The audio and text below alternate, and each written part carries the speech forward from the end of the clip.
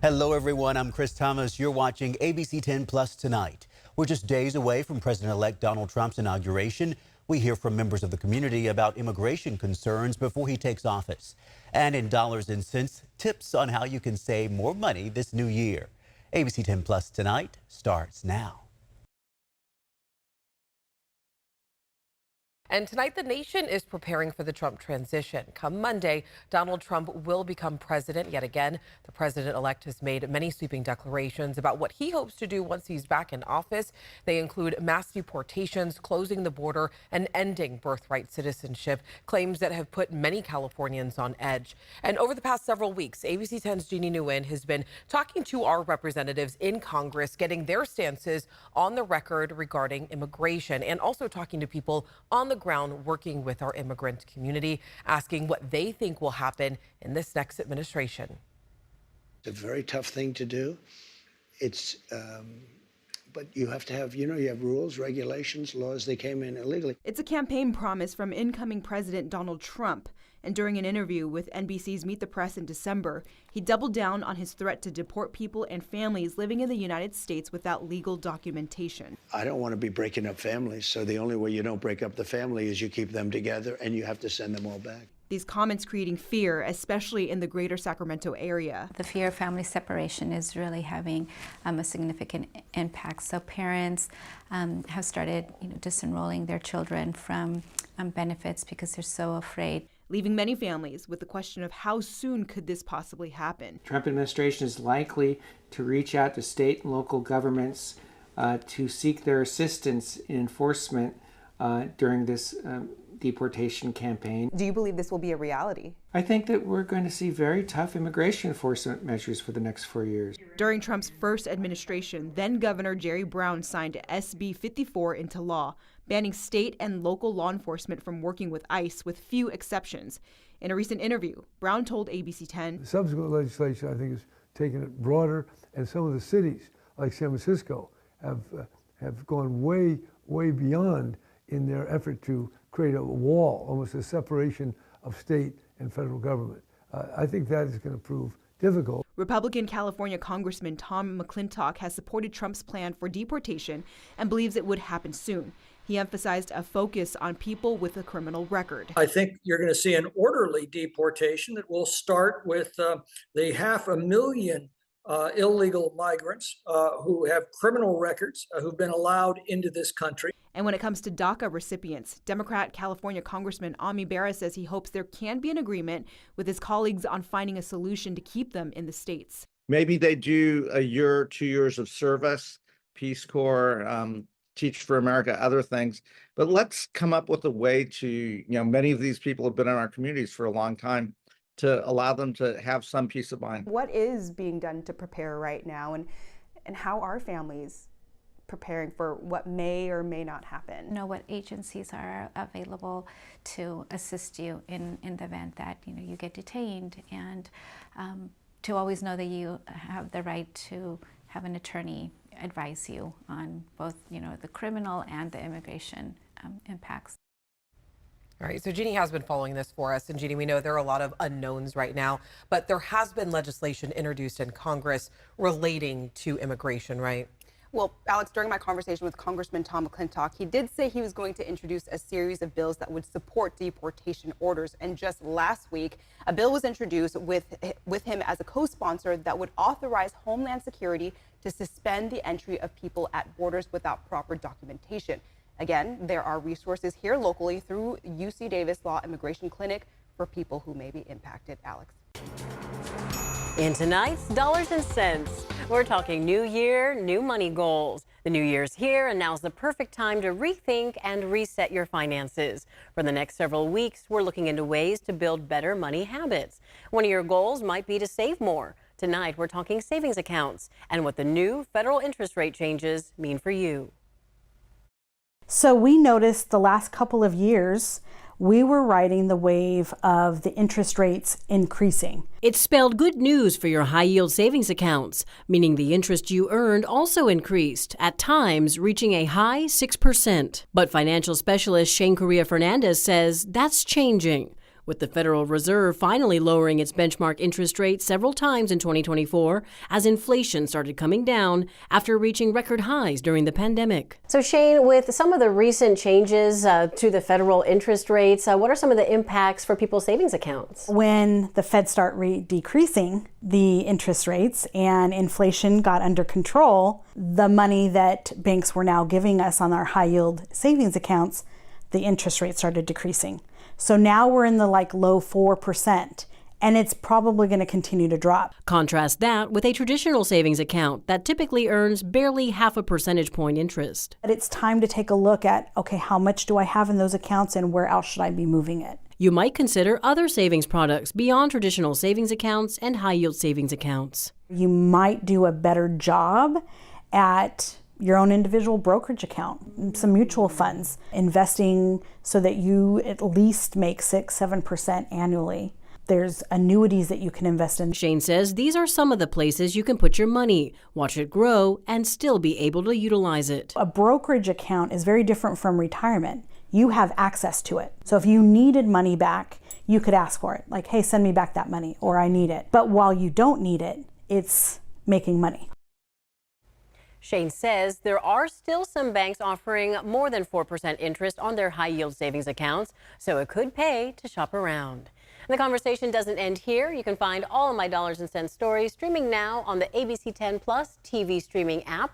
It's free and available on Roku, Amazon Fire TV, and Apple TV. You can also email me your questions at lpainter@abc10.com. Meanwhile, car-related crimes can take just a few minutes, but they can set you back thousands of dollars. Tonight, police in Tracy are sounding the alarm. ABC10's Gabriel Porras has the details on what police say you can do to prevent being a victim. Angie Perez had no warning before going to sleep one night. I didn't hear the car alarm go off. And by the time she woke up, no tires. And we walk out and my car's on bricks and the window's smashed. We came down to inspect it. They had left all the lug nuts. They didn't know how to place the bricks underneath my car. It messed up my fender and they also had to replace the door. Now, weeks after the nearly $9,000 theft, no answers. Because I had just gotten the car in July, so I was really upset.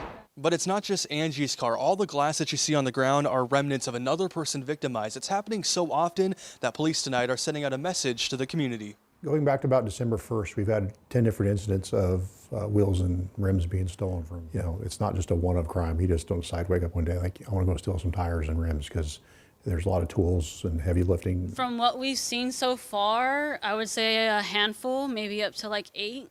8 different cases of tire thefts near Angie and Cindy Cruz's apartment complex in just the past month. I know a lot of these crimes have been happening like apartment complexes. Encourage the management of your apartment complexes to have security.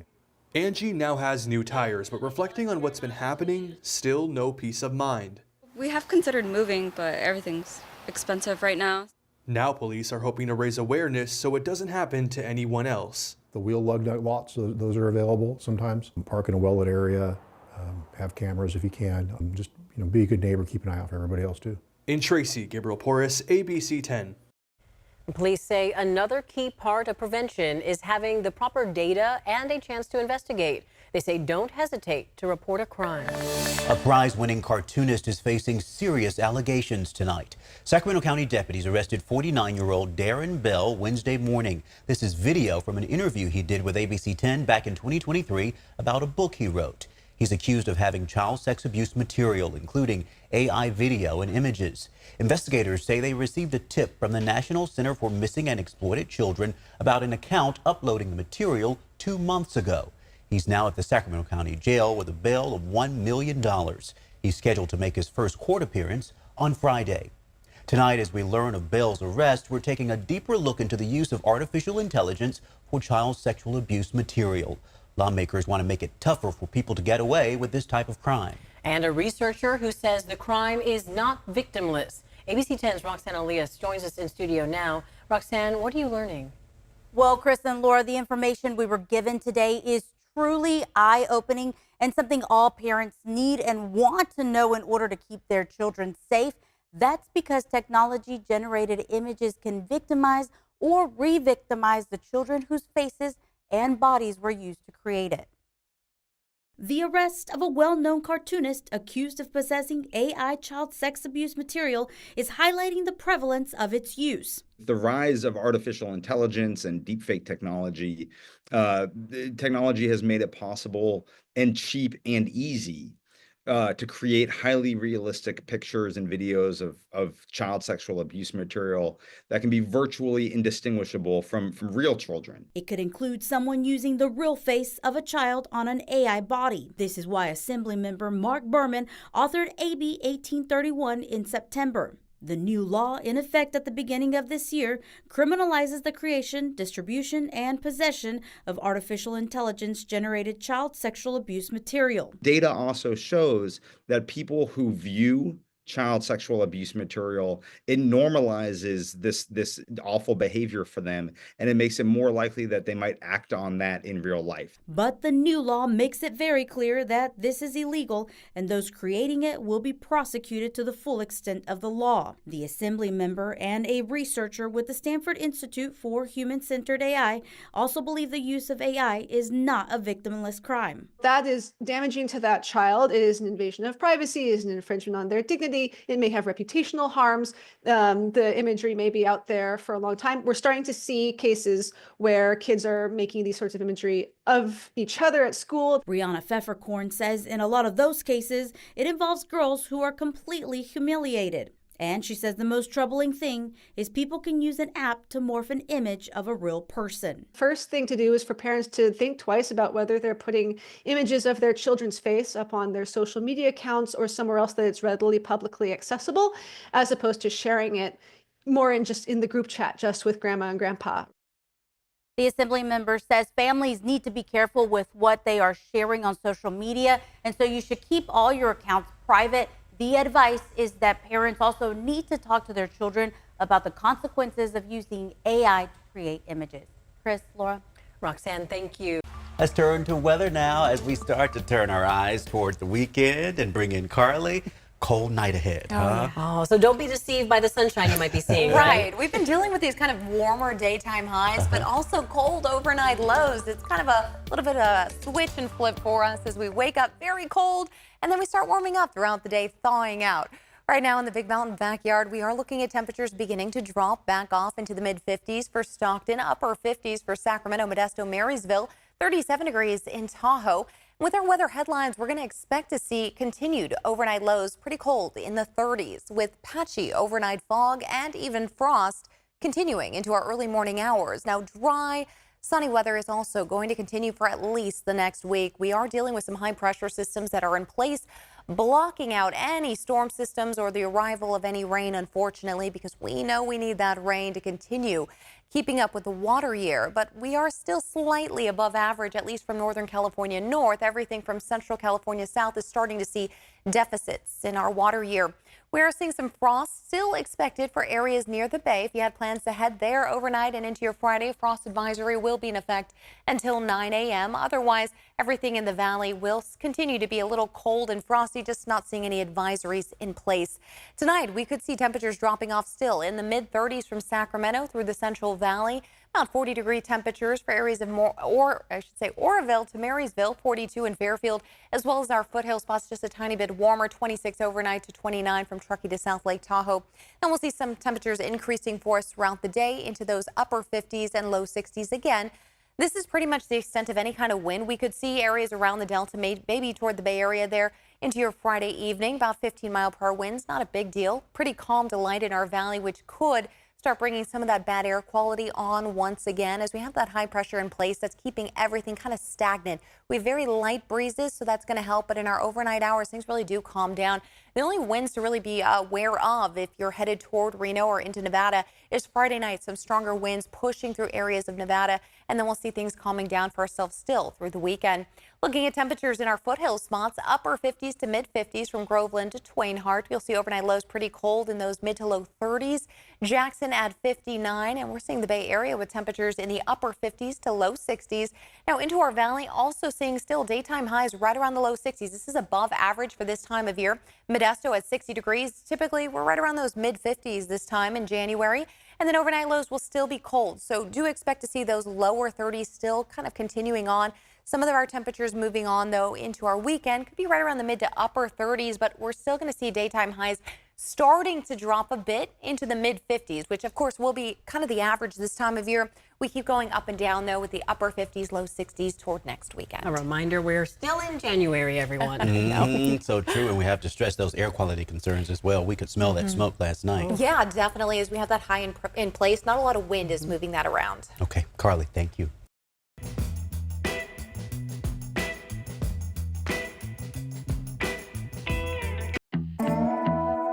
For over a century, the film industry turned a small High Sierra railroad town into a hub for movie magic. Well, it could be called the Hollywood of the North. Film directors came up here to shoot movies in the snow. John Bartel making a little pit stop in Truckee. Jack London, Charlie Chaplin, Al Pacino, and Tom Cruise. For over 100 years, Hollywood's biggest actors have traveled to the snowy little mountain town of Truckee to make movies. How many films were shot up here in Truckee? I'm up to 219 films now. That is a lot of films. That's a lot of films. For one small town. One little area. Greg Zerbel, president of the Truckee Donner Historical Society, has been documenting Truckee's rich movie history since it first started back in 1910. Well, Jack London had a lot of early movies. He was actually one of the earliest movie producers up here. Jack London's Alaskan Gold Rush adventure novels inspired many films in the 1910s and 1920s. Charlie Chaplin even came to Truckee to make one of his most famous films, The Gold Rush, in 1925. Like, why did they choose Truckee? I mean, was it because convenience? the train will get you to the middle of the snow without any hassle. Alaska was difficult to get to, but Truckee has been a major railroad town since the completion of the Transcontinental Railroad in 1869, so it was pretty easy to get people and supplies up to the snow. Prior to the movie industry, Truckee was also known for its winter sports and amusement park, complete with chairlifts and an ice castle. These guys really promoted it and had these big parties and winter carnivals up here and festive atmosphere, and said, you know, we could spend some time in Truckee and do some filming up here.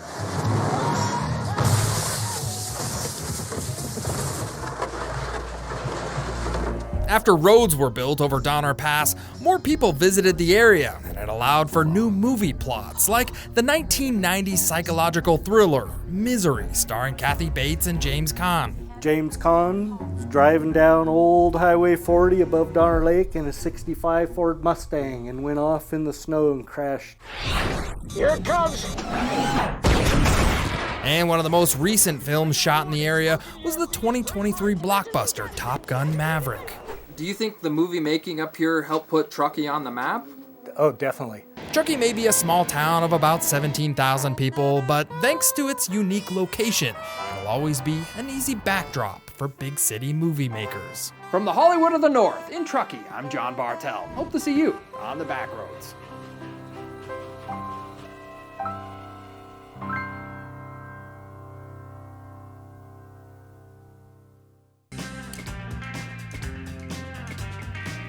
It is time now for What to Watch, and Wolfman hits theaters this afternoon. That's right. And, you know, this really raises an important question. What would you do if your dad turned into a wolf? What? Just wondering about this. You're just thinking about that. Yeah, but kind of luckily randomly. Marcus Allen is here to explain more. Yeah, exactly. And Julia Garner, who, by the way, we had a discussion about Ozark. Jordan, you were asking, hey, how does Ozark end? I'll just give you this. Her character, Ruth, it doesn't go so well in Ozark. So you might ask, well, how does it end for her character in The Wolfman? Right. Yeah, I'm not going to tell you, because it's What to Watch. You got to go see it. IMAX screen tonight, then wide in theaters everywhere tomorrow. It is a retelling of that ancient Universal Pictures story of the man who turns into a wolf. Is it good? It's not as good. It's great. It's directed by Lee Winnell. If that name means nothing to you, he brought us Saw. He brought us, a couple years ago, the Invisible Man reboot, and this is equally as great. It's tough to watch in parts, but that's what you want from a horror movie. Before the horror starts, there's this amazing car crash sequence. And that's what I talked to her about at the top. Take a look. What about the rigging of that? That was crazy. We you know, when I saw it first before getting into the car, it was like wild, but we did have a rehearsal. So we kind of did like a rigging, rehearsal on it, and we were sideways. And I actually had fun doing that. That's kind of fun because I don't get to do that every day. It's like a jungle gym. It is like a jungle gym. I had more fun doing that than like running, and I was running for most of this job. A lot of running. I'm trying to think. In Ozark, you did some running in Ozark? I did running in Ozark. In Ozark, I was always holding a gun. I feel like, Yeah. anyway, more than this. So when you're holding the gun, you're not obligated to run quite as much. Yeah, well, no, exactly, because you have the power in the situation. So, yeah. Do you have a favorite scene, without plot spoiling, that 10, 20 movies from now you're going to look back and go, that was a scene. I love doing that on the day. Probably not one where you're running. No, that's so hard to pick because a lot of the times I don't remember what I do, or I try not to remember. Sure. Because that means that if I remember every little moment, I wasn't like in the moment within the scene. So it's hard for me to pick. But I have like some parts that I connect to more than others, for sure. Awesome. You know, the old school actors from last century, a lot of them would say, never work with kids, never work with animals. Well, here you're working with a wolf, and your co-star in this movie is amazing. What a delight she must have been to work. Well, I love all those old school actors, but I'm going to have to disagree because I feel like kids make you better actors. In what way? You're more present. You're more present because there's nothing more present than a child or an animal. Like, you have to really live in the moment, and it can never get too heavy because you also have to be sensitive that you do have a kid around. So I like working with kids. I think they're super funny. So yeah, they're the best. She was amazing. Yeah, she's incredible in it. So as are you. Yes, Nice thank to you see so much. Thanks for your time. Thanks, everyone. Yeah, she is so nice and so good in this movie. I can't wait to see, for you to see her work. It really turns into a mother-daughter against the Wolfman, and you'll discover that when you watch it. Want to take a deeper dive? 9:30 tomorrow morning. It's a little show we called Take a Look. Yeah, what to watch is, in fact, Take a Look tomorrow at 9:30, and tomorrow, right here on ABC 10, we'll take a deeper dive into who is the Wolfman. You'll meet him tomorrow. Thanks for watching ABC 10 Plus tonight. Remember, we are here 24/7 on the free ABC 10 Plus app. You can get your local news and weather anytime, anywhere. I'm Chris Thomas. We'll see you next time. Trust isn't given, but earned. It's built every day by doing the hard work, putting in the hours, doing the research, holding the powerful accountable, and being there when you need us most. Working hard to earn your trust every day, every newscast, every story. Watch weeknights at 6 or stream live on ABC 10 Plus. Thanks for watching ABC 10 Plus. And now that you're here, why don't we take a look around and see what else is here?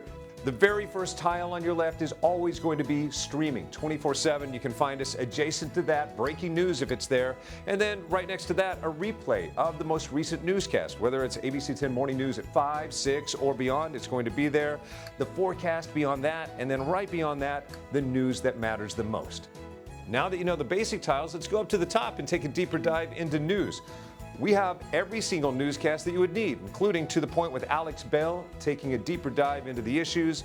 Beyond that, ABC 10 Morning News at 5 and 6 and 11, the evening shows as well. Below that, you can watch the top stories from To the Point. Under that, Dollars and Cents, where you can learn how to navigate this challenging economy. And below that, you can watch our award-winning ABC 10 Special Investigations, where we hold the powerful accountable.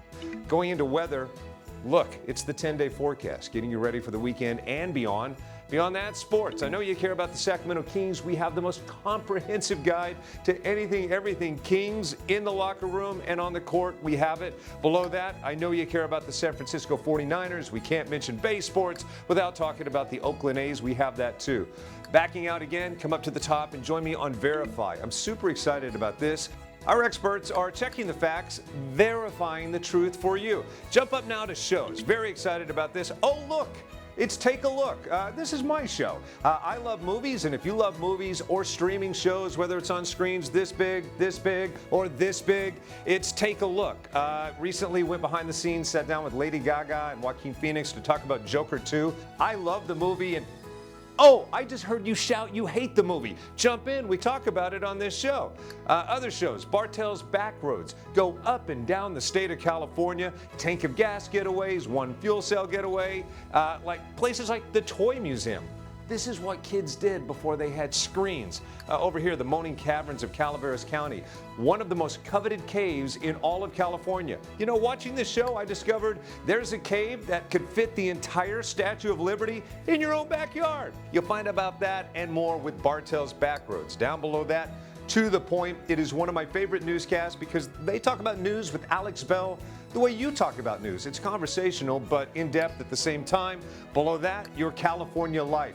Love this show. Whether it's entertainment, food, beverage, lifestyle, it's there. Desiree Shepherd hosts and does an amazing job.